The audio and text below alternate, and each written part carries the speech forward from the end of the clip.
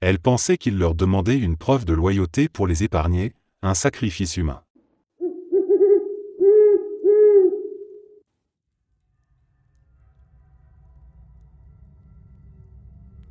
Quand j'étais bébé, mon père jouait dans une équipe de softball. C'était une équipe amateur, surtout pour le plaisir, avec les copains, les bières et les pizzas après les matchs. C'était aussi un événement familial, où les conjoints et les enfants venaient souvent. Mes parents étaient très proches de 2 autres couples de l'équipe, eux aussi jeunes parents. Ce soir-là, les 2 autres couples avaient laissé leurs enfants chez l'un d'eux, gardés par une babysitter qu'ils partageaient. Ils avaient proposé à mes parents de venir boire quelques bières chez eux après le match, comme d'habitude. Mais j'étais particulièrement grognon ce soir-là, et ma mère a insisté pour qu'ils rentrent directement à la maison. Ils ont donc refusé l'invitation, ce qui n'était vraiment pas dans leurs habitudes.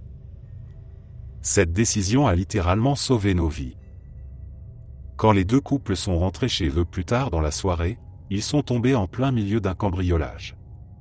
2 hommes s'étaient introduits dans la maison, avaient ligoté les enfants, la babysitter et son petit ami, et les attendaient.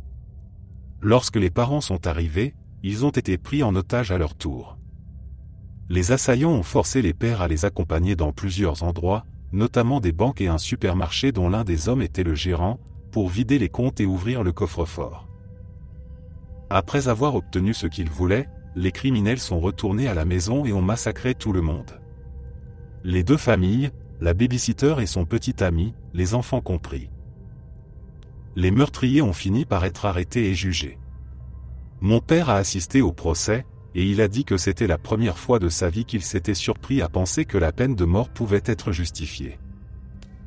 Chaque fois qu'il raconte cette histoire, il a encore des frissons en pensant à la chance incroyable que nous avons eue.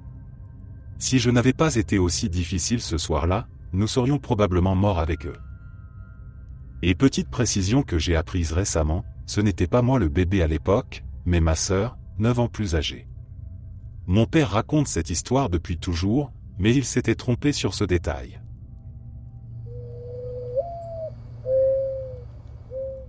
Je travaillais au service du soir dans une station-service, le genre d'endroit tranquille où les heures s'étirent dans le silence, interrompues seulement par le bruit des pompes et la lumière blanche des néons. Vers 10 heures, un homme est entré, l'air perdu, le visage pâle et le regard vide. Il marchait en titubant, comme s'il sortait d'un long rêve. Je me suis approché pour lui demander s'il allait bien, et c'est là que j'ai vu la plaie sur son front. Le sang avait séché en traînées sombres sur sa tempe. Il ne semblait pas savoir où il était, ni même comment il était arrivé là. Je n'avais vu aucun accident sur la route en venant, aucune voiture abîmée sur le parking. J'ai pensé qu'il avait peut-être trébuché dans l'obscurité ou qu'il s'était cogné quelque part. Normalement, on doit rester derrière la vitre blindée quand quelqu'un entre la nuit. C'est la règle. Mais j'ai ouvert la porte du guichet pour aller l'aider, le téléphone à la main, appelant les secours pendant que j'essayais de le faire asseoir. Les ambulanciers sont arrivés rapidement, suivis de la police. Ils l'ont pris en charge, ont examiné sa blessure et ont parlé d'une possible fracture du crâne. Puis ils l'ont emmené à l'hôpital, et j'ai repris ma place derrière la vitre, pensant que tout était fini. Quelques heures plus tard, 2 policiers sont revenus pour prendre un café. Avant de partir, l'un d'eux m'a dit d'un ton calme que l'homme que j'avais aidé n'était pas une victime, mais un criminel en fuite. Il avait été frappé à la tête alors qu'il tentait d'entrer dans la chambre d'une fillette.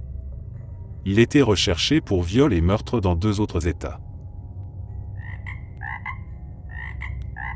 C'était un de ces motels qu'on choisit par nécessité, pas par envie. Un bâtiment fatigué aux néons vacillants, le genre d'endroit où les portes grincent et où les murs semblent avoir tout entendu. J'y étais arrivé tard, épuisé. La chambre sentait le renfermé, le couvre-lit portait des taches que je préférais ne pas identifier, et en voyant les insectes ramper sur les draps, j'ai compris que je ne dormirais pas là.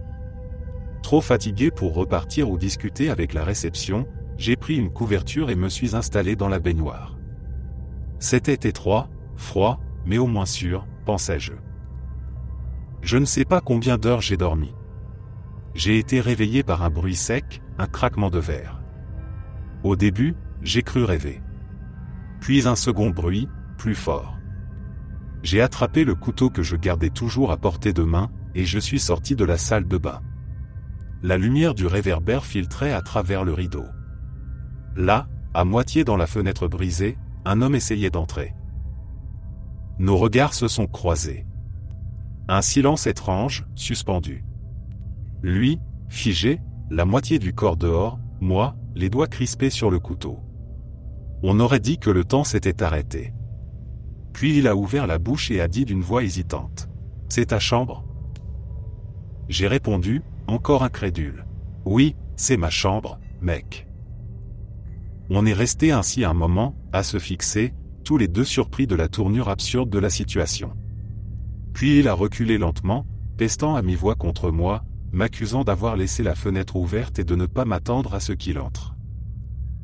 Quand il a disparu dans la nuit, j'ai refermé ce qu'il restait de la fenêtre avec une chaise et la table bancale du coin. Impossible de retrouver le sommeil. Je suis resté éveillé jusqu'à l'aube, à écouter chaque bruit du bâtiment, les pas, les voitures au loin. Le lendemain matin, je suis parti sans me retourner. En passant devant le bureau du réceptionniste, j'ai vu son air blasé, comme si rien ne pouvait le surprendre ici.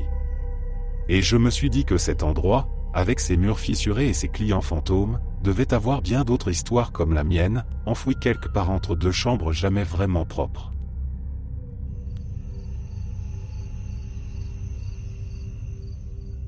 L'histoire de John List est l'une des plus glaçantes qui soit, non pas à cause du sang versé, mais à cause du calme méthodique avec lequel il a détruit tout ce qu'il avait construit.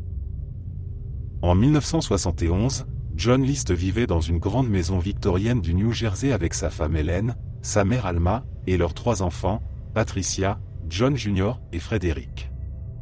De l'extérieur, tout semblait parfait. Il portait toujours un costume impeccable, assistait à l'église chaque dimanche, parlait doucement et poliment à ses voisins. Mais derrière cette façade, il se sentait piégé, ruiné, humilié, persuadé que sa famille s'éloignait de la foi qu'il jugeait essentielle. Alors il a planifié. Pas dans un élan de folie, mais avec une précision presque comptable. Il a arrêté les livraisons de lait et de journaux, écrit à l'école pour dire que les enfants seraient absents, et mis le chauffage au plus bas afin de retarder la décomposition des corps. Il voulait gagner du temps, tout simplement. Un matin, il a pris son pistolet et son fusil. Il a d'abord tué sa femme dans la cuisine, d'une balle derrière la tête. Puis il est monté tuer sa mère. Quand les enfants sont rentrés de l'école, il les a accueillis comme si de rien n'était avant de les abattre un à un. Sa fille Patricia a eu juste le temps de lui demander pourquoi. Il n'a pas répondu. Il a ensuite disposé les corps dans des sacs de couchage, côte à côte, dans la salle de bal. Il a mis de la musique religieuse dans la maison et s'est assis à son bureau pour écrire une longue lettre à son pasteur. Dans cette lettre, il expliquait qu'il avait voulu sauver les âmes de sa famille avant qu'elles ne se perdent. Puis il a éteint les lumières, verrouillé la porte et disparu. Pendant près d'1 mois, personne ne comprit ce qui s'était passé. Les voisins pensaient que la famille était partie en voyage. Ce n'est qu'à cause de l'odeur qui s'échappait de la maison qu'on découvrit l'horreur. À ce moment-là, John List était déjà loin. Il s'était refait une vie sous un autre nom en Virginie, avait trouvé un nouvel emploi similaire au précédent, s'était remarié et fréquentait à nouveau l'église. 18 ans passèrent avant qu'une reconstitution de son visage vieillissant, diffusée à la télévision, permette à quelqu'un de le reconnaître et d'alerter le FBI. Lorsqu'on l'arrêta, il n'opposa aucune résistance. Il vivait calmement, comme s'il n'avait jamais rien fait. À son procès, il parla de devoir moral, de Dieu, de pardon. Mais ce qui frappa le plus, c'était l'absence totale de remords dans sa voix.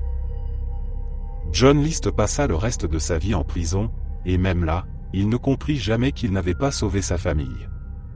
Il les avait seulement effacés du monde pour se libérer de sa propre peur.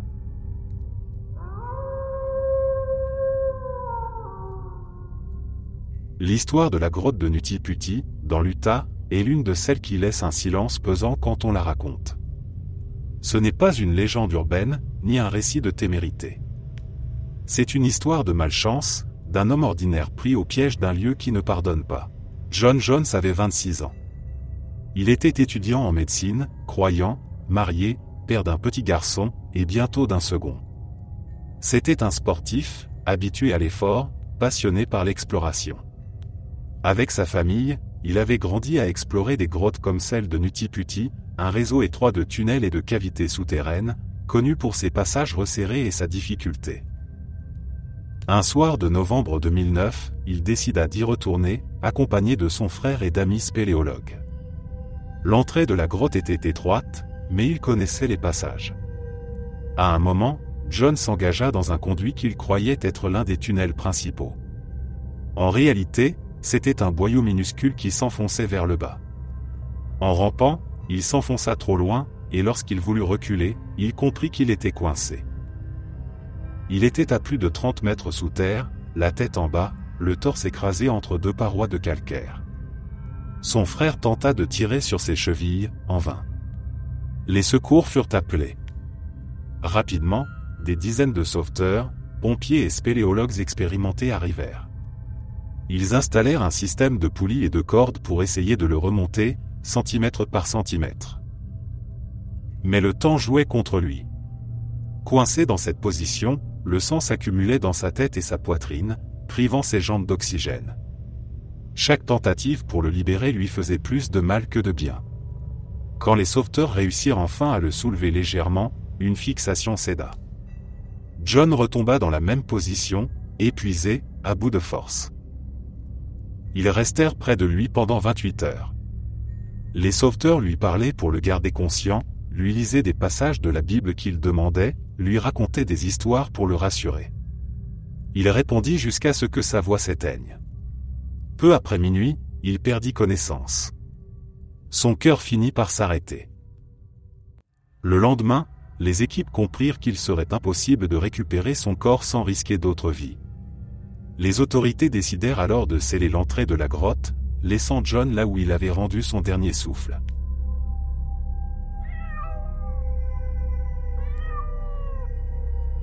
Un ami m'a raconté l'histoire de son voisin, un mécanicien à la retraite qui vivait sur une grande propriété, avec une vaste pelouse et une longue allée menant à son garage.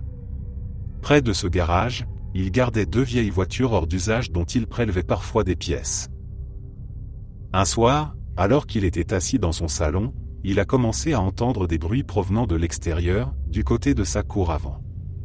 Chaque fois qu'il allait voir par la fenêtre, il ne voyait rien. Il a d'abord pensé que c'était un raton laveur, un coyote ou quelque chose du genre. Mais les bruits revenaient sans cesse. Il sortait, faisait le tour de sa propriété, installait même des pièges, attrapait parfois un animal, mais le vacarme continuait.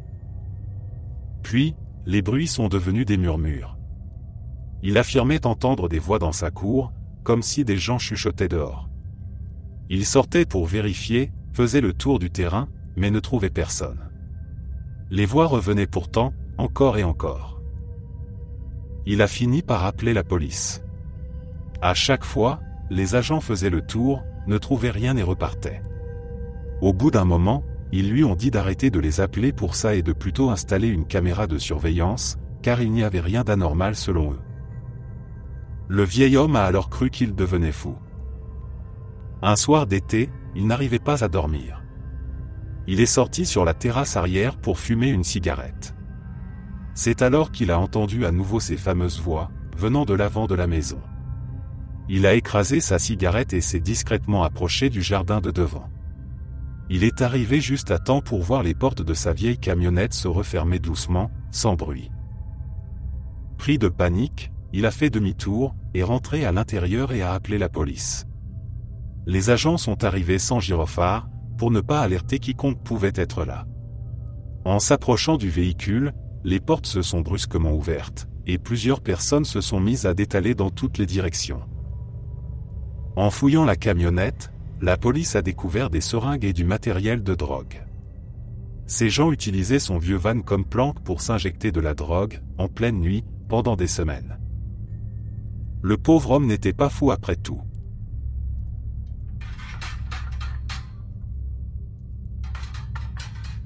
David Parker Ray, surnommé plus tard le Toy Box Killer, a laissé derrière lui des enregistrements parmi les plus terrifiants jamais découverts. Il préparait ces bandes pour que ses victimes sachent à l'avance ce qui allait leur arriver, pour les briser mentalement avant même que la violence ne commence. Voici le début d'une de ces bandes, traduit mot pour donner une idée du ton et de l'horreur. Bonjour, salope. Es-tu confortable en ce moment?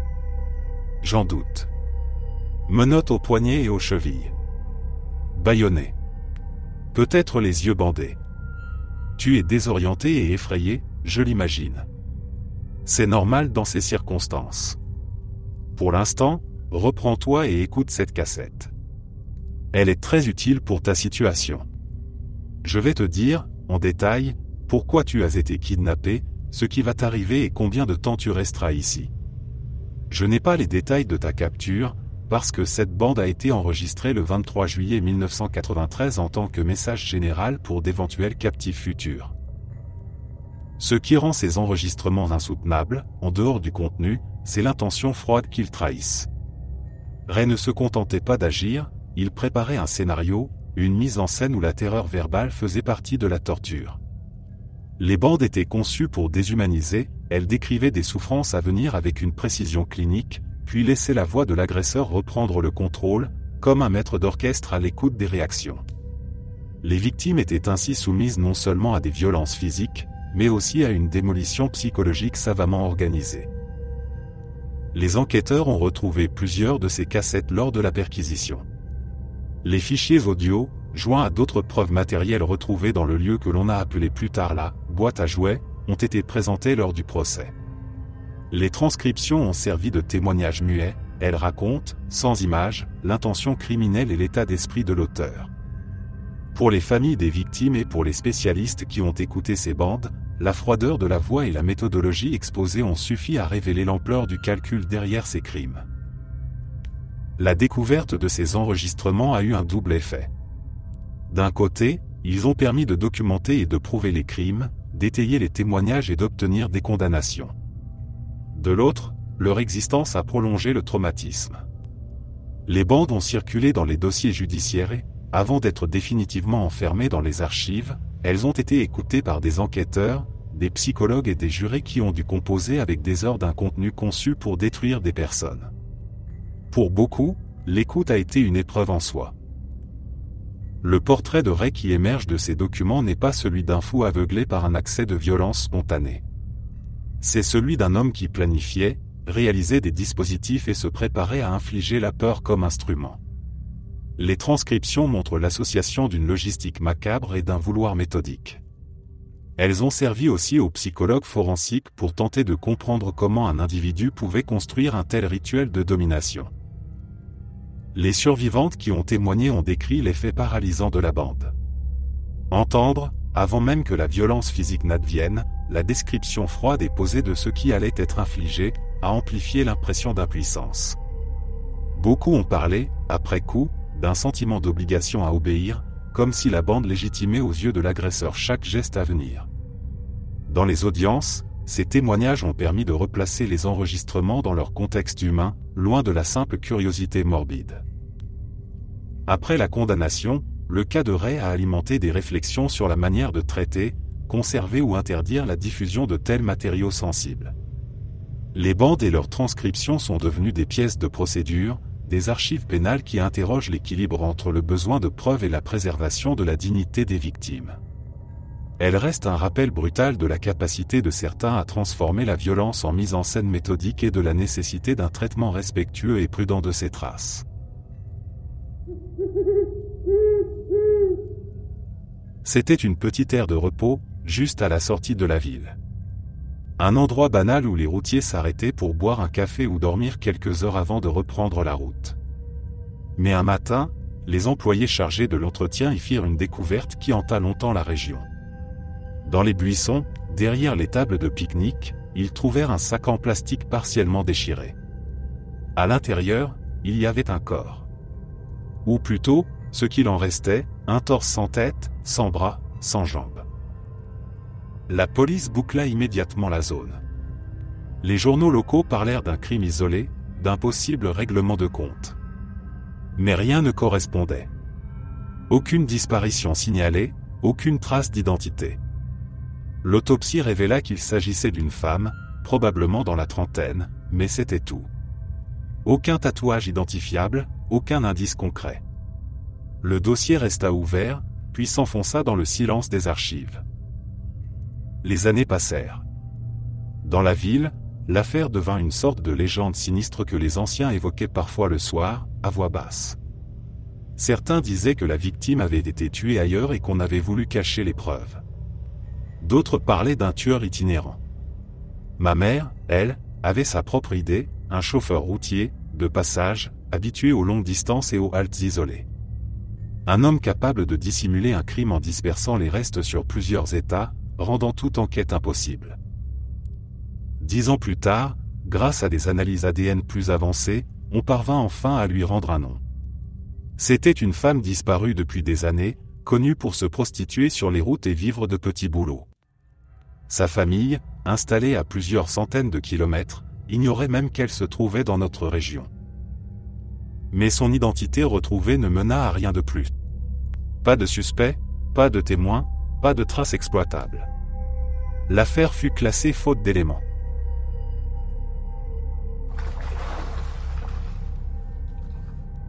Le lac Nyo, au Cameroun, est un endroit d'apparence paisible. Une vaste étendue d'eau bleue nichée entre des collines verdoyantes, immobiles et silencieuses. Pourtant, sous cette surface tranquille, se cache l'un des phénomènes naturels les plus terrifiants jamais observés. Ce lac est situé au-dessus d'une poche de magma qui libère lentement du dioxyde de carbone dans l'eau. Ce gaz, invisible et inodore, s'accumule au fond, piégé par la pression. De temps en temps, le lac relâche brutalement cette concentration, comme une expiration meurtrière.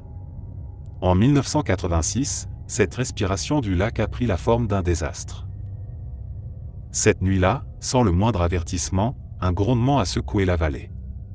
Une épaisse bulle de gaz s'est libérée, projetant une colonne d'eau et de brume avant de déferler sur les villages alentours. Ce n'était pas un feu ni une explosion, mais un souffle silencieux qui s'est abattu sur tout ce qui vivait dans un rayon de plus de 20 km. Le dioxyde de carbone, plus lourd que l'air, s'est glissé le long des pentes, s'infiltrant dans les maisons, envahissant les champs et les chemins. Les gens se sont effondrés dans leur sommeil, sans comprendre ce qui se passait. Les animaux, les oiseaux, tout ce qui respirait s'est tu en quelques minutes. Le lendemain matin, la vallée entière était silencieuse. Plus de 1700 personnes et des milliers de bêtes gisaient, figées comme dans un instant suspendu. Les survivants ont décrit une nuit étrange, sans bruit, sans cri, seulement le silence épais d'un monde vidé de toute vie.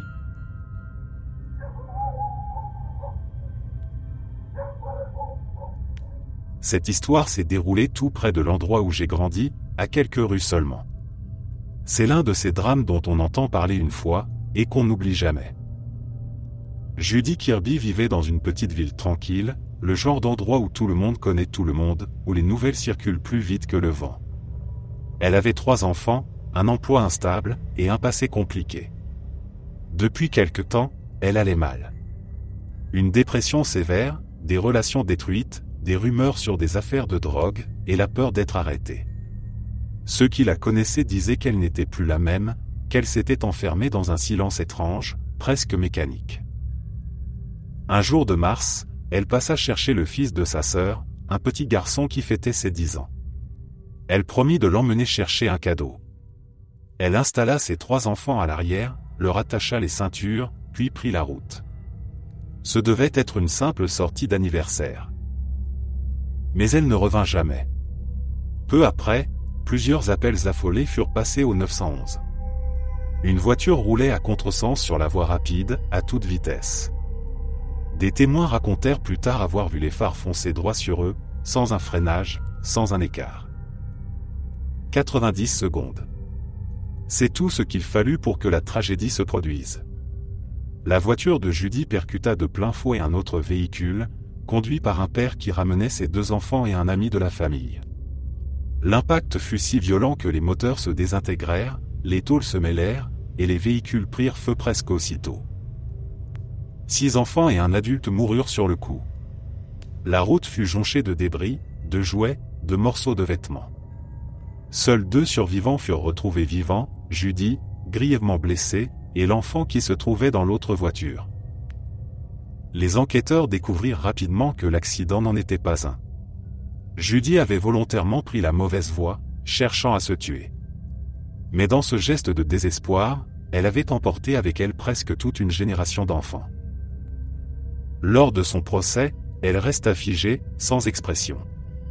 Le juge parla d'un acte monstrueux, incompréhensible, et la condamna à 215 ans de prison.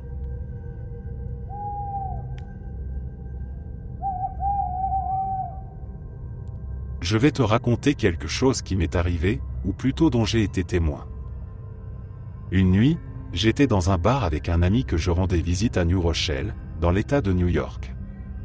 On est sorti fumer une cigarette, et à ce moment-là, une voiture est passée devant le bar à toute vitesse. Elle a grillé un feu rouge, puis a commencé à monter une côte qui tournait légèrement. On l'a vu franchir la ligne jaune au milieu de la route, et percuter de plein fouet une autre voiture qui arrivait en sens inverse. Les deux véhicules se sont soulevés à l'arrière, avant de retomber brutalement. La voiture qui roulait normalement a aussitôt pris feu.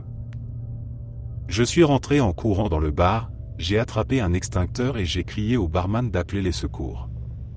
Mon ami, quelques clients et moi sommes sortis pour aider. J'ai toujours cru que c'était un cliché de film, mais j'étais assez ivre avant l'accident, et je te jure que d'un coup, j'étais complètement sobre. J'ai essayé d'éteindre les flammes, mais c'était inutile. La chaleur et la fumée étaient insupportables. Tout ce qu'on pouvait faire, c'était rester là, impuissant. Le pire, ce sont les cris. La femme dans la voiture en feu criait pendant qu'elle mourait. Mon Dieu, c'était un son que je n'oublierai jamais. C'était le pire bruit que j'ai jamais entendu. Les pompiers sont arrivés peu après et ont éteint l'incendie. La police nous a ramenés au bar pour recueillir nos témoignages. Le lendemain, j'ai appris aux infos que la voiture percutée était conduite par une jeune femme qui rentrait du travail. Elle n'était qu'à un pâté de maison de chez elle. Si je me souviens bien, elle venait de se marier ou venait d'avoir un bébé. Quant à l'autre conducteur, c'était un riche connard ivre-mort. Il a perdu une jambe, mais sinon il s'en est sorti presque indemne. Je ne sais pas s'il a purgé une peine de prison, je suis rentré chez moi un jour ou deux plus tard. J'ai essayé de retrouver l'article à ce sujet, mais je n'y arrive pas. C'était il y a 6 ou 7 ans, et je me souviens que c'était passé sur l'OE des Channel 12 News.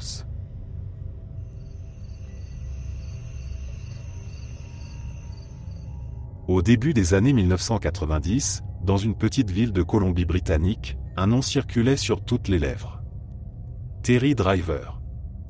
Un tueur insaisissable, dont les crimes avaient plongé la région dans la peur. Les journaux parlaient de lui comme d'un fantôme qui se glissait dans les maisons, traquait ses victimes, puis disparaissait sans laisser de traces. Des années avant que je ne rencontre ma femme, sa mère avait eu une rencontre terrifiante avec cet homme. À l'époque, son mari travaillait en Angleterre comme élagueur. Elle se retrouvait seule dans leur maison, une demeure tranquille à la périphérie de la ville, entourée d'arbres et de silence. Un après-midi, alors qu'elle était dans la buanderie, elle entendit un bruit derrière elle. Des pas, lents, venant du sous-sol. Quand elle leva les yeux, un homme venait de monter les marches. Il se tenait là, dans l'encadrement de la porte, un inconnu au visage froid. La panique la saisit. « Qu'est-ce que vous faites ici » cria-t-elle. L'homme sourit, un sourire étrange, presque poli.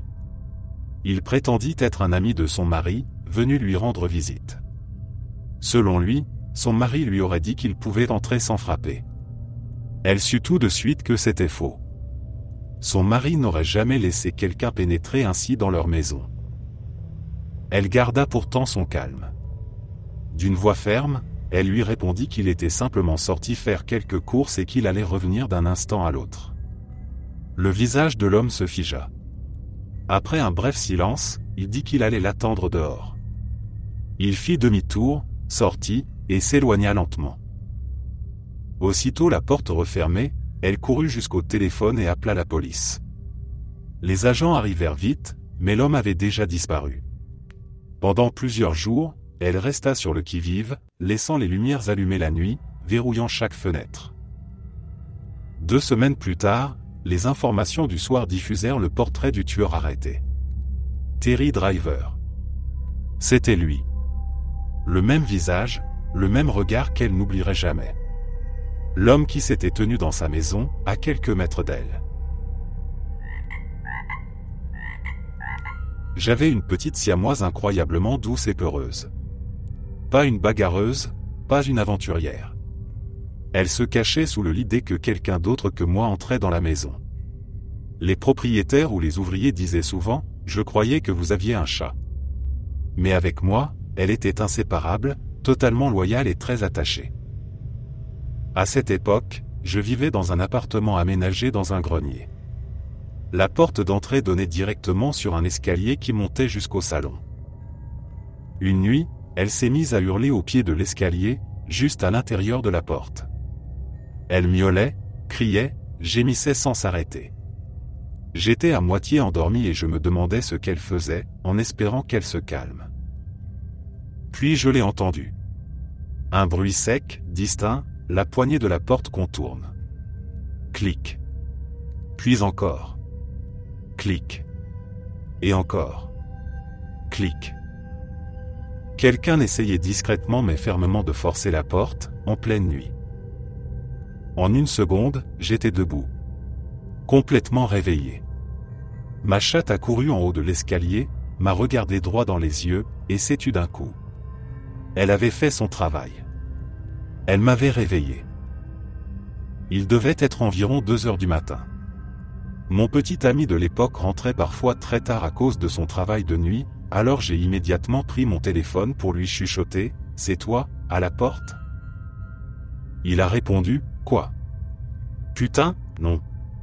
Appelle la police tout de suite. Allume toutes les lumières, fais du bruit, raccroche avec moi et appelle-les maintenant. Puis rappelle-moi après. » J'ai suivi ses instructions. La poignée s'est arrêtée de bouger. La police est arrivée, a fouillé la zone et la rue, mais n'a trouvé personne. Ça ne s'est jamais reproduit. Après ça, j'ai commencé à bloquer la porte chaque nuit. Je n'oublierai jamais que ce qui aurait pu devenir une situation extrêmement dangereuse, voire violente, a été évité grâce à ma petite chatte timide, celle qui avait peur de sa propre ombre.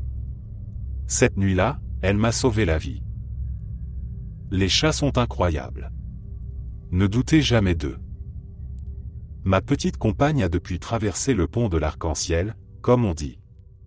Mais je garderai toujours en mémoire sa loyauté et son intelligence ce soir-là.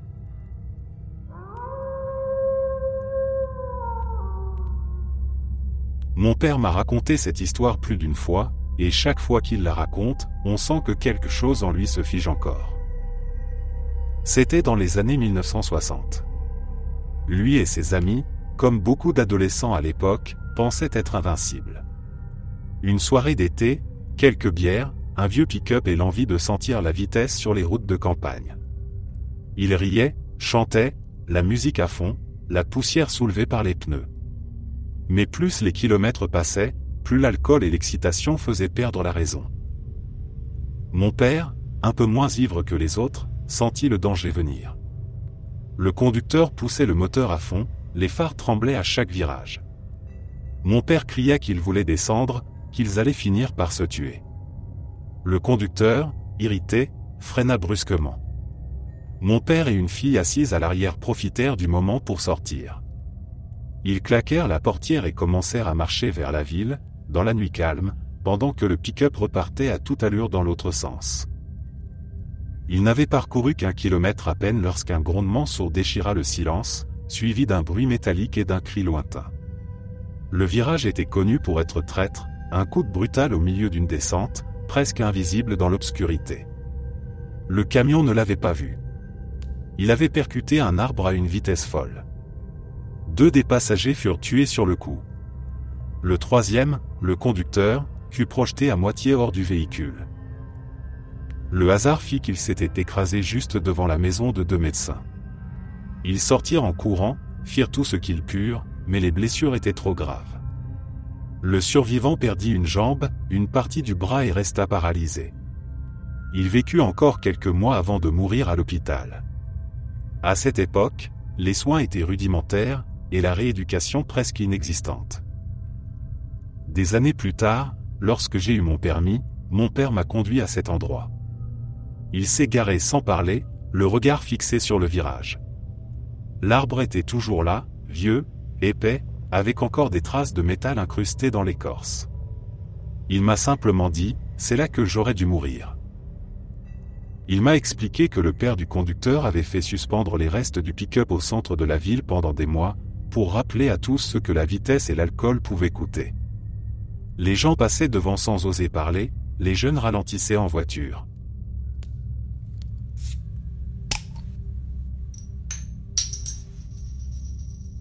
J'avais 18 ans et je travaillais chez Loul, dans un petit bâtiment juste en face d'un club connu pour ses bagarres et ses histoires troubles. Ouvrir le matin faisait partie de la routine, vérifier les camions, préparer les contrats, répondre aux clients trop pressés pour attendre l'heure d'ouverture. Ce matin-là, tout paraissait normal jusqu'à ce qu'on frappe à la porte. Pas un petit coup hésitant, mais des coups rapides, frénétiques, presque paniqués. J'étais seul, et ça m'a fait sursauter. En m'approchant, j'ai vu une femme dehors. Elle était entièrement nue, couverte de ce qui ressemblait à du sang. Elle tremblait, ses cheveux en désordre, le regard perdu. J'ai pris le téléphone et appelé la police. En attendant, j'ai attrapé une couverture de déménagement et je suis sorti pour l'aider. L'odeur m'a frappé avant même d'arriver à sa hauteur. Elle était couverte non seulement de sang, mais aussi de saleté et de ses propres excréments. Elle ne comprenait plus ce qui lui arrivait, elle répétait des mots sans suite, comme si elle se débattait encore avec quelque chose d'invisible.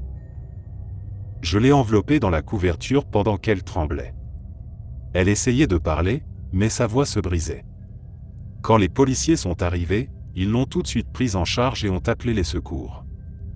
Je me souviens d'être resté dehors, sans bouger, à regarder les gyrophares éclairer la façade du club.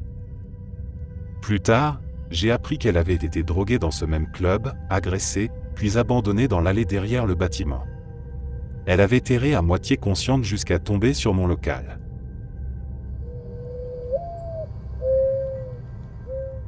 Le 20 septembre 1987, à Bellingham, dans l'État de Washington, un employé de l'usine de pâte à papier Georgia Pacific commença sa journée comme toutes les autres. La vapeur, le grondement des machines et l'odeur de bois brûlé faisaient partie du quotidien. Ce matin-là, il avait été envoyé inspecter un échangeur thermique, un immense conduit relié au système de vapeur du complexe industriel. En descendant dans la base de la structure, la lampe fixée à son casque éclaira la paroi d'acier avant de s'arrêter sur une forme sombre. D'abord, il crut qu'il s'agissait d'un morceau de tuyauterie ou d'un reste de débris calciné. En s'approchant, il comprit qu'il regardait autre chose. C'était un squelette. Les os étaient noircis, soudés par la chaleur, figés dans une position recroquevillée. Le choc fut tel qu'il sortit précipitamment du conduit pour prévenir ses supérieurs. Rapidement, les autorités arrivèrent sur place. Les enquêteurs prirent des photos, analysèrent les os et cherchèrent des indices dans la zone environnante. Aucune trace d'identité, aucun vêtement reconnaissable, aucun bijou, rien qui permette de dire qui cette personne avait été. Les registres de l'usine furent passés au peigne fin. Aucun employé n'avait disparu. Les archives locales ne mentionnaient personne correspondant à une disparition dans le secteur. Certains pensèrent à un sans-abri cherchant un abri pour la nuit, d'autres à un ouvrier tombé par accident des années auparavant. Mais la configuration des lieux rendait ces hypothèses peu crédibles. L'accès au conduit nécessitait des outils, et la température interne y était si extrême qu'aucun être humain n'aurait pu y rester sans brûlures immédiates. Une autre possibilité fut évoquée, celle d'un corps caché volontairement, placé là pour disparaître à jamais. Pourtant, aucune preuve ne vint appuyer cette idée. Les analyses révélèrent simplement que la victime était un adulte, sans qu'on puisse déterminer l'âge exact ni le sexe. Le corps fut inhumé sous le nom de John Doe, sans famille, sans passé connu. À l'usine, la nouvelle laissa une trace profonde. Certains ouvriers disaient entendre des bruits étranges dans les canalisations, comme des coups sourds venus du fond du métal.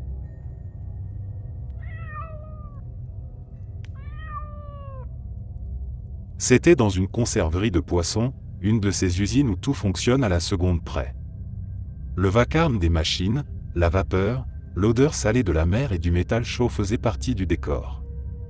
On y travaillait vite, sans répit, chacun à sa tâche. Parmi les ouvriers, il y avait cet homme, un employé expérimenté chargé de vérifier les cuves de cuisson, les énormes réservoirs où l'on faisait cuire le thon à la vapeur avant l'emballage. Ce jour-là, une vérification de routine devait être faite à l'intérieur d'un de ces réservoirs. Il entra dans la cuve, probablement pour inspecter un capteur ou un conduit, sans se douter que quelqu'un, dehors, allait refermer la trappe sans vérifier si elle était vide.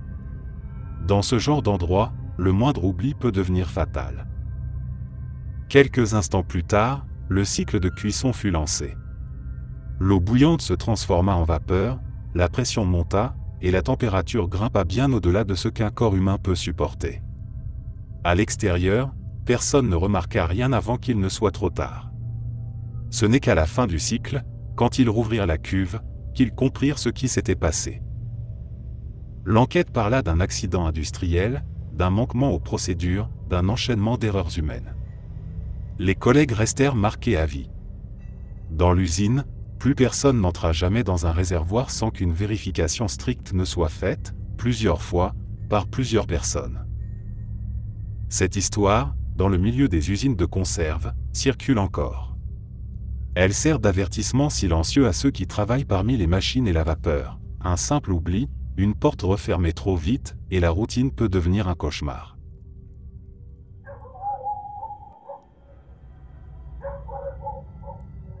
L'histoire de Marie Vincent m'a toujours profondément marqué. En 1978, Marie n'avait que 15 ans.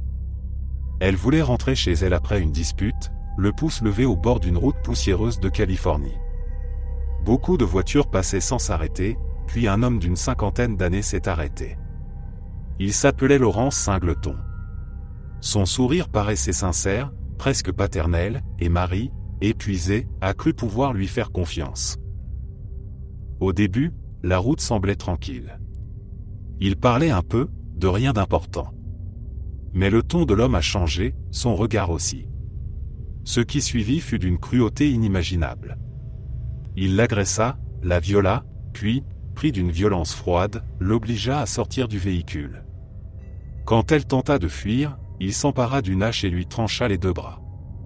Il la jeta ensuite dans un ravin, persuadé qu'elle mourrait là, sans secours. Mais Marie n'était pas prête à mourir. Le choc la laissa à moitié consciente, mais son instinct prit le dessus. Elle enfonça ses moignons dans la boue pour ralentir l'hémorragie, puis rampa, centimètre après centimètre, toute la nuit, sans jamais s'arrêter. Chaque mouvement lui arrachait un cri, mais elle continuait, guidée par une seule idée, survivre. À l'aube, elle parvint enfin à la route. Elle était nue, couverte de sang séché et de poussière, presque méconnaissable. Une voiture passa, ralentit, puis accéléra, effrayée par cette vision. Marie ne s'arrêta pas. Elle continua à marcher, droite malgré la douleur, jusqu'à ce qu'un couple en lune de miel la remarque. Eux s'arrêtèrent. Ils lui tendirent une couverture, appelèrent les secours, et grâce à eux, elle survécut. Ce qui rend cette histoire encore plus difficile à accepter, c'est la suite. Singleton fut arrêté, jugé, reconnu coupable. Pourtant, il ne passa que quelques années en prison. À sa sortie, il affirma que tout cela était une invention. Pendant ce temps, Marie apprenait à vivre sans bras, à peindre, à témoigner, à exister malgré tout.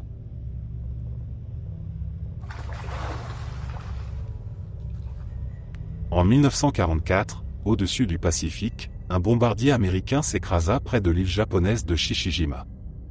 L'avion transportait 9 membres d'équipage, jeunes pour la plupart, fatigués mais encore pleins de ce courage naïf qu'on voyait chez les soldats de l'époque. Leur mission consistait à bombarder des installations de communication japonaises isolées. Lorsque l'appareil fut touché par la défense antiaérienne, il prit feu presque immédiatement. Les hommes sautèrent en parachute au-dessus de la mer, espérant être repérés avant que les patrouilles ennemies ne les interceptent. Seul l'un d'entre eux eut cette chance, un sous-marin américain croisa sa trajectoire et le repêcha. Il s'appelait George Herbert Walker Bush. Il avait à peine 20 ans. Les 8 autres, eux, furent capturés par les forces japonaises stationnées sur l'île. Ce qui leur arriva ensuite resta longtemps caché, dissimulé dans les rapports militaires et les témoignages d'après-guerre. Des officiers japonais, coupés du monde, affamés et pris dans la spirale d'un conflit qu'ils savaient perdu, se livrèrent à des actes d'une cruauté inouïe. Les prisonniers furent exécutés, puis utilisés dans des pratiques qui franchissaient toutes les limites de l'humain. Des années plus tard, au moment des procès de guerre, les enquêteurs découvrirent la vérité dans les journaux de bord et les aveux. Plusieurs soldats japonais avaient admis avoir participé à des actes de cannibalisme sur les prisonniers américains. L'armée impériale tenta d'étouffer l'affaire, jugeant les faits trop monstrueux pour être rendus publics. George H.W. Bush, sans le savoir, était le seul rescapé d'une tragédie qui aurait pu l'engloutir lui aussi. S'il n'avait pas été repêché ce jour-là, il aurait connu le même sort que ses camarades. Des décennies plus tard, devenu président des États-Unis, il n'évoqua jamais directement cette histoire.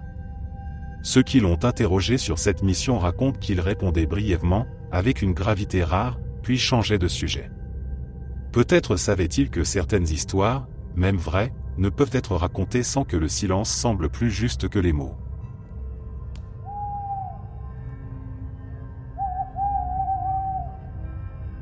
Tout a commencé avec un petit bâtiment isolé, utilisé comme local de maintenance à la périphérie d'un site industriel. Un matin, un employé entra pour vérifier une conduite signalée comme défectueuse.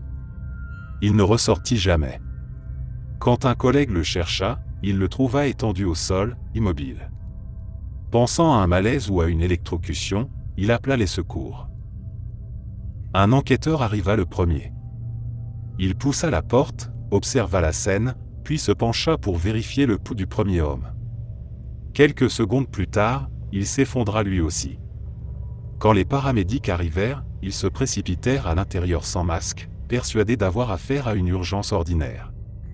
En moins d'une minute, ils s'écroulèrent à leur tour.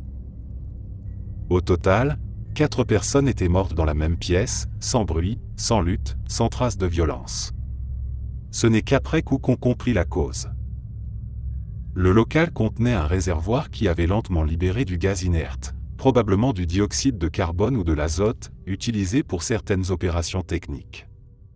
Le gaz, plus lourd que l'air, s'était accumulé au ras du sol, chassant l'oxygène sans odeur, sans couleur, sans alarme. À hauteur de la tête, tout semblait normal. Mais dès qu'on se penchait, l'air devenait irrespirable. Les capteurs installés après l'incident révélèrent que le taux d'oxygène tombait à 0 à moins d'1 mètre du sol. Le premier homme avait simplement voulu ramasser un outil. Les autres, en se penchant pour l'aider, avaient suivi le même destin. Cet accident devint un exemple tragique de la manière dont un espace clos peut devenir un piège invisible. Après cette affaire, des règles strictes furent imposées, aucune entrée sans détecteur d'oxygène, aucune intervention sans ventilation préalable.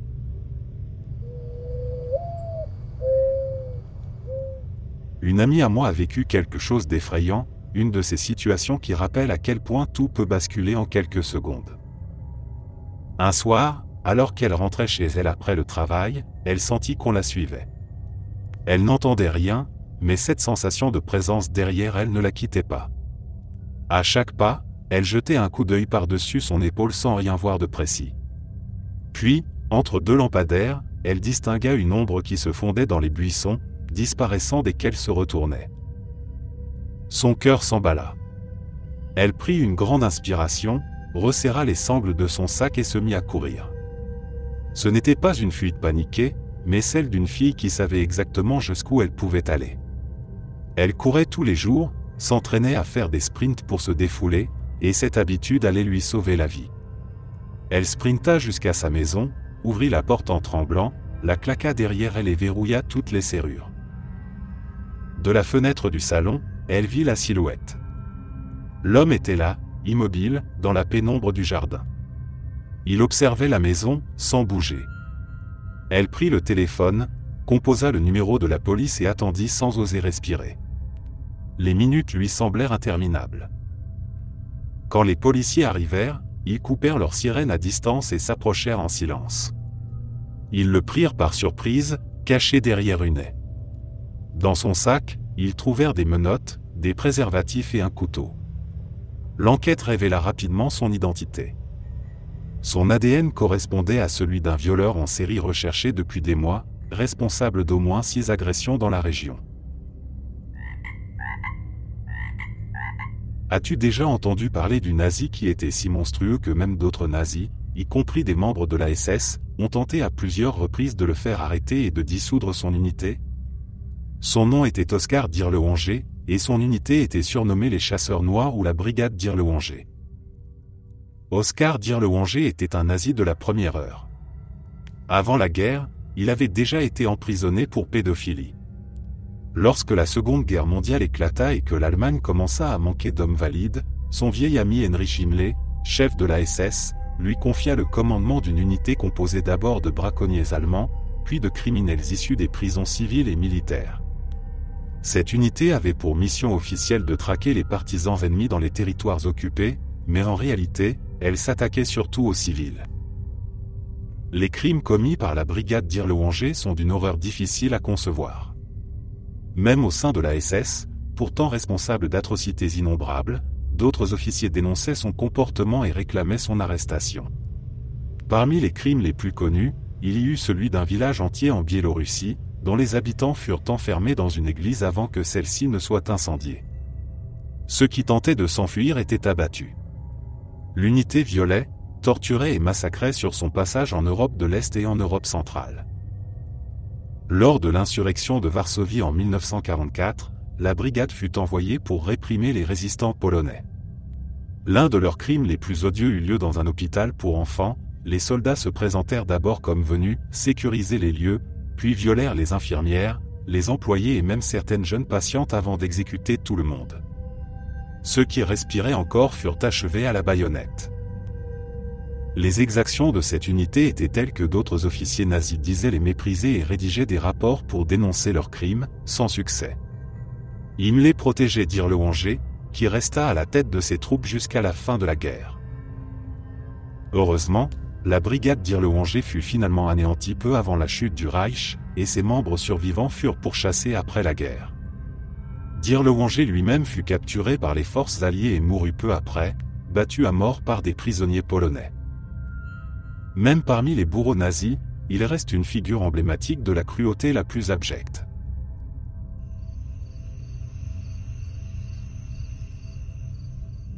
Quand j'avais 8 ans, ma famille vivait dans une grande maison un peu étrange, située à la lisière d'une petite ville.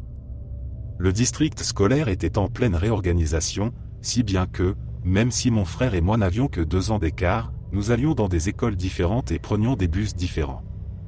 J'étais donc la dernière à partir le matin et la première à rentrer l'après-midi. C'était à moi de m'assurer que toutes les lumières étaient éteintes et que la porte d'entrée était bien verrouillée. Un matin, j'ai remarqué que la porte du sous-sol était ouverte et que la lumière était allumée. Avant de partir, j'ai éteint la lumière et refermé la porte. Mais, en rentrant de l'école cet après-midi-là, la porte était de nouveau ouverte et la lumière encore allumée. J'ai pensé que j'avais dû oublier de le faire pour de vrai le matin, alors je me suis dirigé vers la porte pour régler ça. Arrivé en haut de l'escalier du sous-sol, j'ai regardé vers le bas, et j'ai vu une grande silhouette sombre, masculine, immobile, à mi-chemin de l'escalier. J'ai paniqué, j'ai claqué la porte d'un coup sec, j'ai empilé des cartons devant pour la bloquer, puis je suis allé me cacher dans mon placard. Pendant des mois, je n'ai rien dit à personne. J'étais convaincu que ce que j'avais vu, c'était un fantôme, et je ne pensais pas que quelqu'un me croirait. Mais environ 1 an plus tard, ma mère et son compagnon ont réalisé que de petites sommes d'argent disparaissaient régulièrement depuis plusieurs mois, au total environ 8 cents ou 900 $, mais jamais plus de 60 à la fois. Ils ont alors décidé de faire le tour de la maison avec des lampes de poche pour comprendre comment quelqu'un pouvait rentrer sans qu'on s'en rende compte. C'est là qu'ils ont découvert qu'un type s'introduisait chez nous en rampant par un petit trou à l'extérieur de la maison, en passant dans un vide sanitaire, puis en ressortant dans la maison par le sous-sol. Comprendre que j'avais été seul à la maison avec lui au moins une fois a été l'un des moments les plus effrayants de toute ma vie.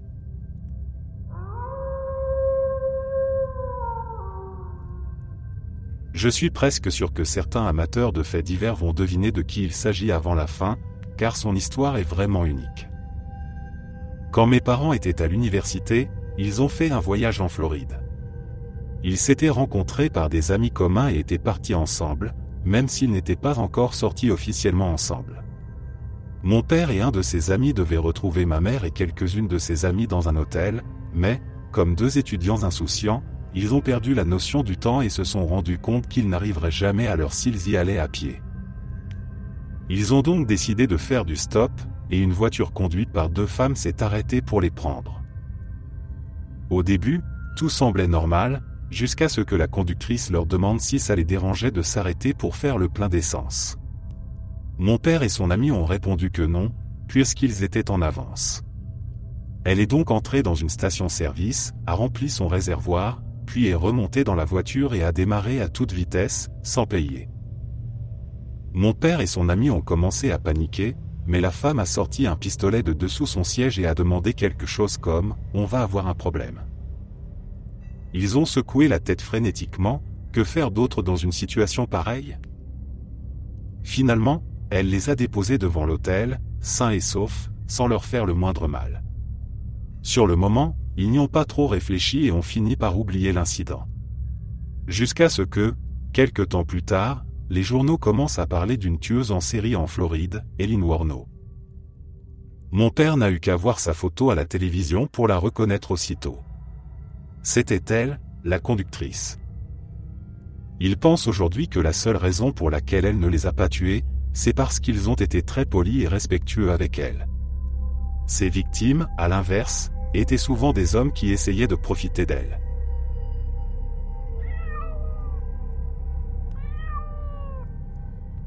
Un collègue à moi s'était aventuré un après-midi en forêt avec sa moto de cross. C'était son passe-temps préféré, un moyen de s'échapper un peu après le travail.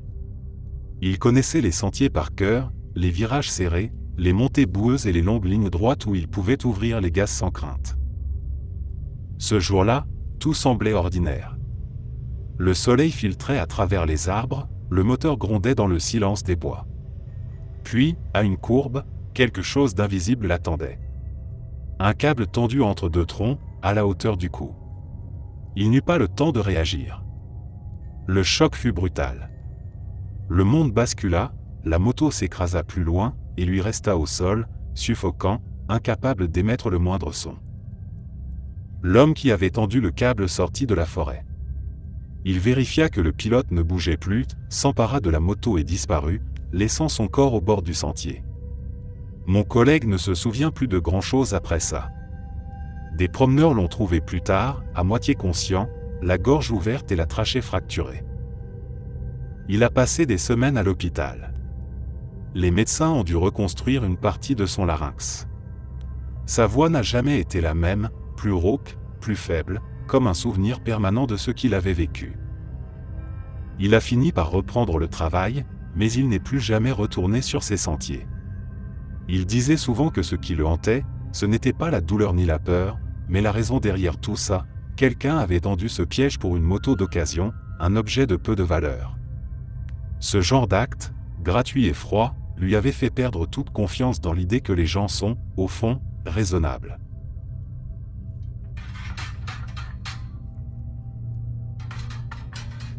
En 2007, sur le campus de Purdue, un étudiant disparu depuis plusieurs semaines fut retrouvé dans des circonstances tragiques. Il s'appelait Wade Steffey, un jeune homme de 19 ans, connu pour son sourire facile et son énergie constante. Il avait passé la soirée à une fête organisée non loin de son dortoir, Owen Hall. Vers la fin de la nuit, il avait voulu rentrer, un peu ivre, et les caméras de sécurité l'avaient montré errant dans les couloirs, essayant d'entrer par différentes portes. Selon toute vraisemblance, il n'avait pas réussi à accéder à l'entrée principale du bâtiment, qui nécessitait une carte d'étudiant active, et avait cherché un autre passage. Il trouva une porte latérale, celle d'un local technique normalement verrouillé. L'endroit n'était pas fait pour être accessible. À l'intérieur, se trouvaient des transformateurs électriques, des câbles à haute tension et des appareils de maintenance. En ouvrant cette porte, il entra dans une zone où le bruit des générateurs couvrait tout. En quelques secondes, un simple contact avec le matériel provoqua une décharge foudroyante. Il mourut sur le coup. Personne ne vit ni n'entendit rien. Le local étant isolé, le corps resta là pendant plus de 2 mois. Le campus chercha le jeune homme partout, les bois, les rivières, les parkings. Des affiches furent placardées, des vigiles mobilisés, la communauté étudiante entière bouleversée. Ce n'est qu'en mars, lorsque des employés signalèrent une odeur inhabituelle provenant du sous-sol d'Owen Hall, que la vérité fut découverte. Les secours intervinrent, et la porte du local fut ouverte. L'intérieur était silencieux, l'air lourd. C'est là qu'ils le trouvèrent. L'enquête révéla qu'il s'agissait d'un accident, un enchaînement de mauvaises décisions, de fatigue et de hasard malheureux. Le local aurait dû être verrouillé, mais la serrure était défectueuse. Sur le campus, la nouvelle provoqua un choc immense. Les étudiants qui vivaient à Owen Hall racontèrent qu'ils n'avaient jamais imaginé qu'un corps ait pu rester si longtemps si près d'eux. Pendant des semaines, l'université organisa des veillées, des moments de silence, et des rencontres pour renforcer la sécurité dans les bâtiments. Un détenu considéré comme prioritaire venait d'être arrêté dans une affaire tentaculaire, mêlant argent, influence et secret. Il possédait assez d'informations pour faire trembler des cercles entiers du pouvoir, des noms qu'on ne prononçait qu'à voix basse dans les couloirs des institutions. Dans la prison où il était incarcéré, il avait été placé sous surveillance constante. Les gardiens devaient vérifier son état toutes les quelques minutes, les caméras devaient tourner en continu, et chaque geste devait être consigné.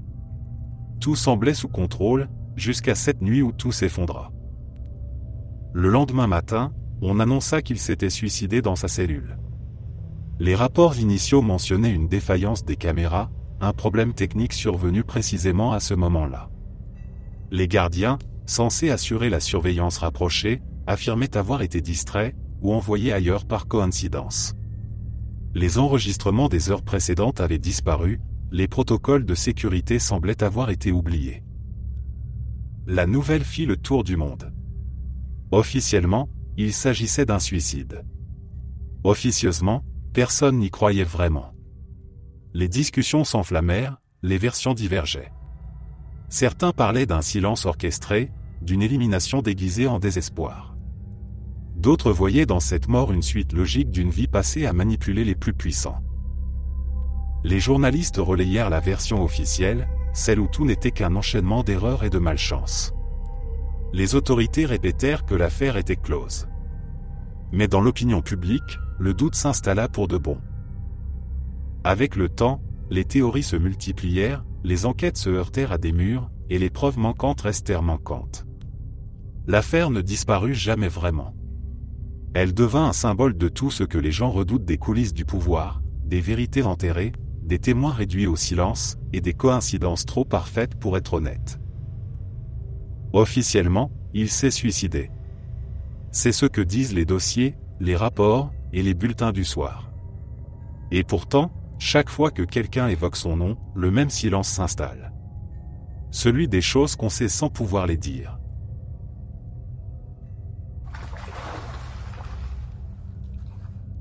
Difficile de n'en choisir qu'un, parce qu'il existe une véritable noirceur dans l'humanité. Des choses comme le rituel du Blood Eagle sont déjà terriblement atroces. Mais si l'on parle de ce qui est vraiment effrayant, je pense plutôt à ces drames qui arrivent par accident. Comme l'histoire de Kyle Plush. Une histoire absolument horrible. Kyle était dans un minivan équipé de ces sièges arrière qu'on peut basculer vers l'arrière pour les aplatir et agrandir l'espace de rangement du coffre. Il s'était penché pour attraper quelque chose dans le coffre, et le siège s'est renversé, le coinçant à l'envers, comprimé contre l'arrière du véhicule dans une position où il ne pouvait plus se libérer. Il a appelé la police 2 fois. La deuxième fois, il a réussi à donner une description très précise de la voiture. Plush a rappelé le 911 vers 15h35. Selon la police, il a fourni une description du véhicule tout en suppliant désespérément qu'on vienne l'aider, mais il n'entendait pas bien la standardiste. Les informations n'ont pas été transmises correctement aux agents sur place. Ce n'est pas une blague, a dit l'adolescent au téléphone. Je suis presque mort. Il a ajouté, dites à ma mère que je l'aime, si je meurs. Un accident affreux, totalement aléatoire, qui aurait pu arriver à n'importe qui. Ce garçon n'a pas cherché le danger, il ne s'est pas aventuré dans une cheminée, ni dans une grotte comme d'autres personnes coincées et asphyxiées. Il essayait simplement de prendre quelque chose dans le coffre, s'est retrouvé piégé, et n'a pas été retrouvé à temps. C'est un cauchemar absolu, pour lui comme pour sa famille.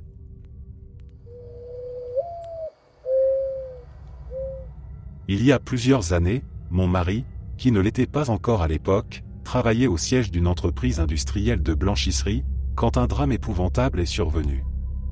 Ce fut un désastre médiatique pour la société, mais surtout un traumatisme pour beaucoup d'employés. L'entreprise s'occupait du linge de grands hôpitaux et d'établissements médicaux comme les maisons de retraite. Tu peux imaginer le genre de nettoyage industriel nécessaire pour ce type de linge, désinfection complète, lavage à très haute température, produits chimiques puissants, etc.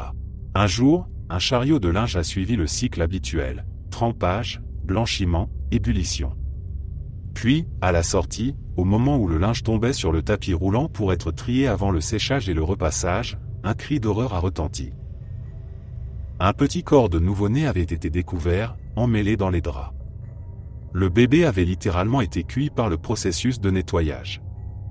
Les employés étaient sous le choc total.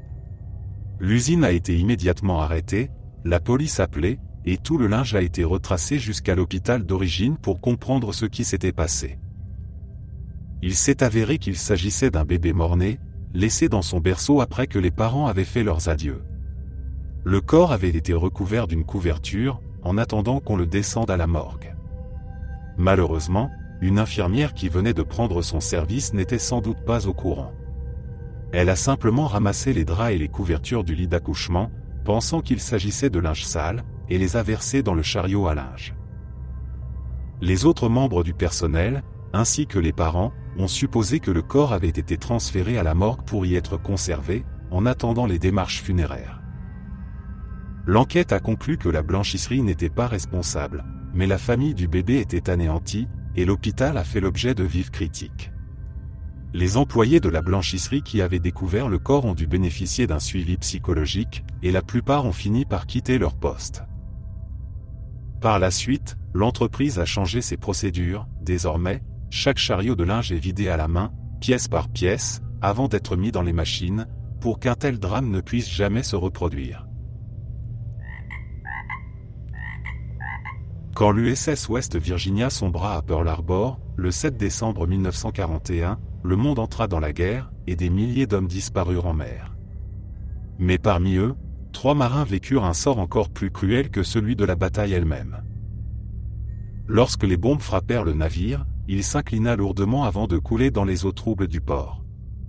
L'incendie se propagea, la fumée envahit les couloirs, et la plupart de l'équipage périt dans les premières minutes. Mais 3 d'entre eux, enfermés dans un compartiment inférieur, réussirent à survivre. Ils trouvèrent un espace d'air, de la lumière provenant de leurs lampes, et un peu de nourriture récupérée dans la panique. Pendant 16 jours, ils restèrent piégés dans l'obscurité, entendant au-dessus d'eux les bruits des plongeurs, des marteaux, et les échos de l'eau contre la coque. Ils savaient que la Navy était là, qu'on travaillait à dégager le navire, mais personne ne pouvait atteindre leur compartiment sans risquer une explosion ou un nouvel effondrement. Les sauveteurs avaient entendu les coups qu'ils frappaient sur les parois, 3 coups espacés, un code d'espoir. Mais à chaque tentative, les ingénieurs concluaient que toute ouverture provoquerait l'inondation du navire. Alors les bruits se firent plus faibles, jusqu'à disparaître.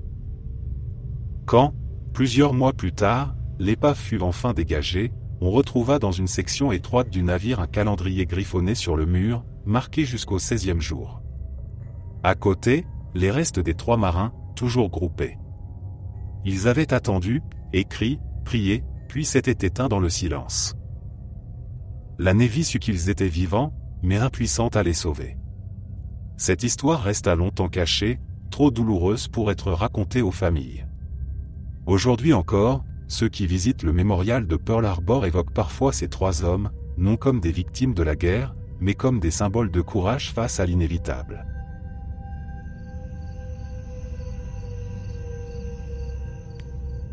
Ma femme est arrivée un soir chez ses parents, où elle vivait temporairement à cause des problèmes de santé de son père. En entrant dans la maison, elle a décidé de s'arrêter dans la première pièce, celle où se trouvaient les ordinateurs, juste à côté de la porte d'entrée. Elle s'est installée pour naviguer un peu sur Internet quand l'un des chats est venu dans la pièce, son chat à elle. Ce chat était d'un calme absolu. Il aimait tout le monde, ne se battait jamais et n'avait aucune once d'agressivité. Il pouvait littéralement s'allonger dehors pendant que des écureuils lui lançaient des noix depuis les arbres sans même bouger. Mais ce soir-là, c'était différent. Il grognait et soufflait par intermittence, tout en se tenant entre ma femme et l'entrée menant au reste de la maison. Le gentil vieux chat paisible semblait prêt à attaquer. Ma femme a trouvé cela vraiment étrange. Elle a donc pris son chat dans les bras et a décidé de sortir de la maison. En descendant l'allée, elle a aperçu une voiture de police qui patrouillait dans la rue et a fait signe aux agents de s'arrêter. Elle leur a expliqué la situation, et ils lui ont ordonné de rester dans la voiture de patrouille pendant qu'ils allaient vérifier la maison. Ils ont découvert la porte arrière grande ouverte, ce qui était très inhabituel, car ses parents, tout comme elle, verrouillaient toujours soigneusement toutes les entrées. Plus tard, les policiers lui ont expliqué qu'ils recherchaient un violeur en série qui avait été aperçu dans le quartier, ce qui expliquait leur présence dans une rue normalement très tranquille. Elle en a été glacée. Si son chat ne s'était pas comporté de manière aussi étrange ce soir-là, elle aurait probablement croisé cet homme dans la maison sans même le savoir.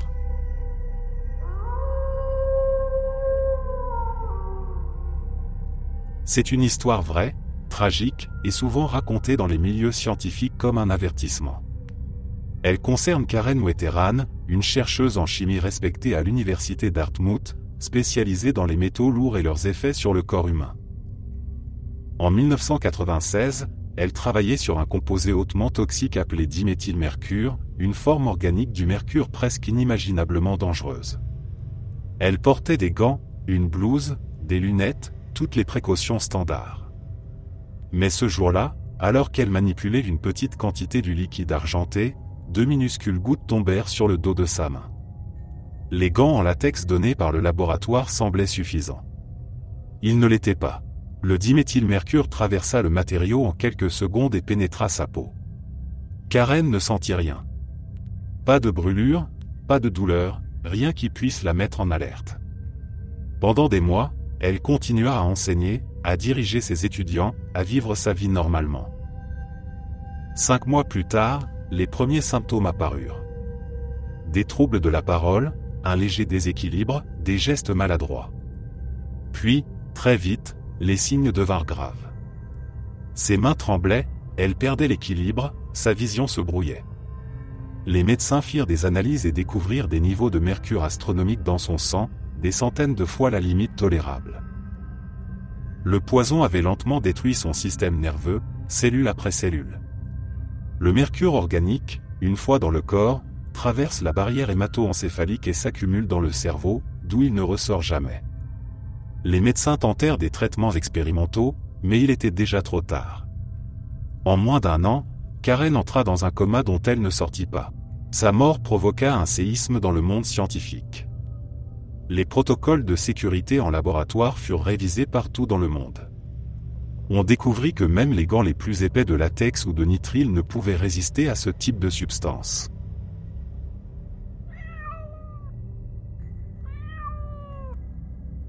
J'avais 11 ans. C'était une nuit d'été, calme, comme toutes les autres.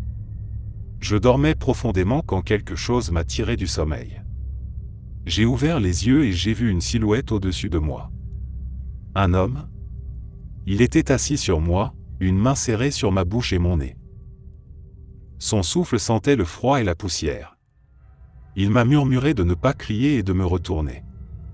J'ai fait ce qu'il disait, mais au lieu de me tourner sur le lit, je me suis laissé glisser sur le sol et j'ai essayé de hurler. Au début, aucun son ne sortait. La peur vous paralyse d'une façon que rien ne prépare. Puis ma voix est revenue d'un coup. J'ai crié si fort que ma gorge s'est mise à brûler. Ma mère a surgi presque aussitôt. Elle n'a pas hésité une seconde. Elle s'est jetée sur lui, s'est mise à le frapper, à hurler encore plus fort que moi. Il était grand, massif, bien plus fort qu'elle. Mais la fureur et la panique l'ont prise, et pendant quelques secondes, il a reculé, déstabilisé par cette petite femme qui se battait comme si sa vie en dépendait. Il a fini par fuir par la fenêtre d'où il était entré. Les policiers sont arrivés plus tard, ont pris des empreintes, posé des questions, promis d'enquêter. Ils ne l'ont jamais retrouvé. Pendant des semaines, on n'a plus dormi sans lumière. Chaque craquement faisait sursauter. Ma mère vérifiait les serrures 3 fois avant d'aller se coucher. Avec le temps, la peur a reculé, mais elle ne m'a jamais vraiment quitté.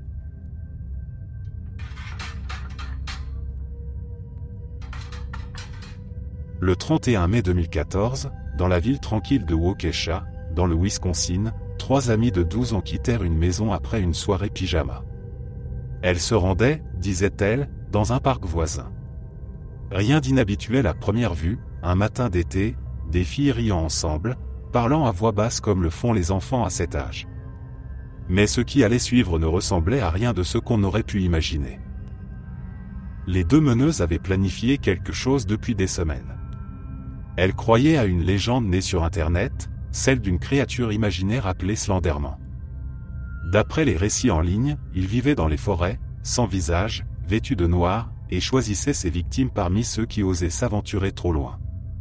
Les fillettes, fascinées par les histoires qu'elles avaient lues, étaient persuadées qu'ils pouvaient être réels.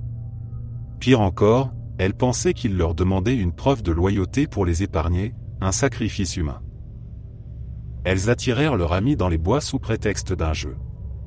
Quand elles furent assez loin du sentier, l'une d'elles la plaqua au sol. L'autre sortit un couteau de cuisine. La victime fut poignardée 19 fois avant de réussir, miraculeusement, à ramper jusqu'à une route voisine où un cycliste la trouva et appela les secours.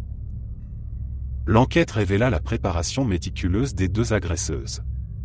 Elles avaient passé des heures à discuter en ligne, à échafauder un plan, convaincues que tuer leur ami leur permettrait de rejoindre Slenderman dans sa demeure au fond des bois. Lorsqu'on les interrogea, elles parlaient calmement, sans comprendre vraiment la gravité de leurs actes.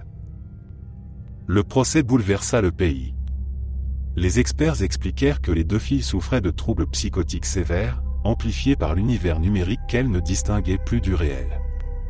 Les psychiatres, les juges, les parents, tout le monde se demanda comment 2 enfants pouvaient en venir à croire qu'un mythe Internet justifiait un meurtre. La victime survécut, après des mois d'hospitalisation. Elle vécut avec les cicatrices, physiques et invisibles, d'une trahison incompréhensible. Les 2 assaillantes furent internées dans des établissements psychiatriques, sous surveillance étroite. Aujourd'hui, l'affaire reste un symbole effrayant de la manière dont la fiction peut déraper lorsqu'elle tombe entre des mains fragiles. Dans les forêts de Waukesha, les arbres sont toujours là, silencieux. Mais pour ceux qui connaissent l'histoire, chaque sentier rappelle ce jour où une légende née sur un écran a pris, pour quelques instants, une forme bien réelle.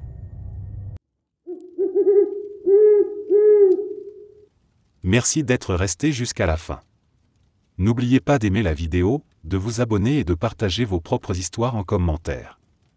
On se retrouve demain à la même heure devant ce feu.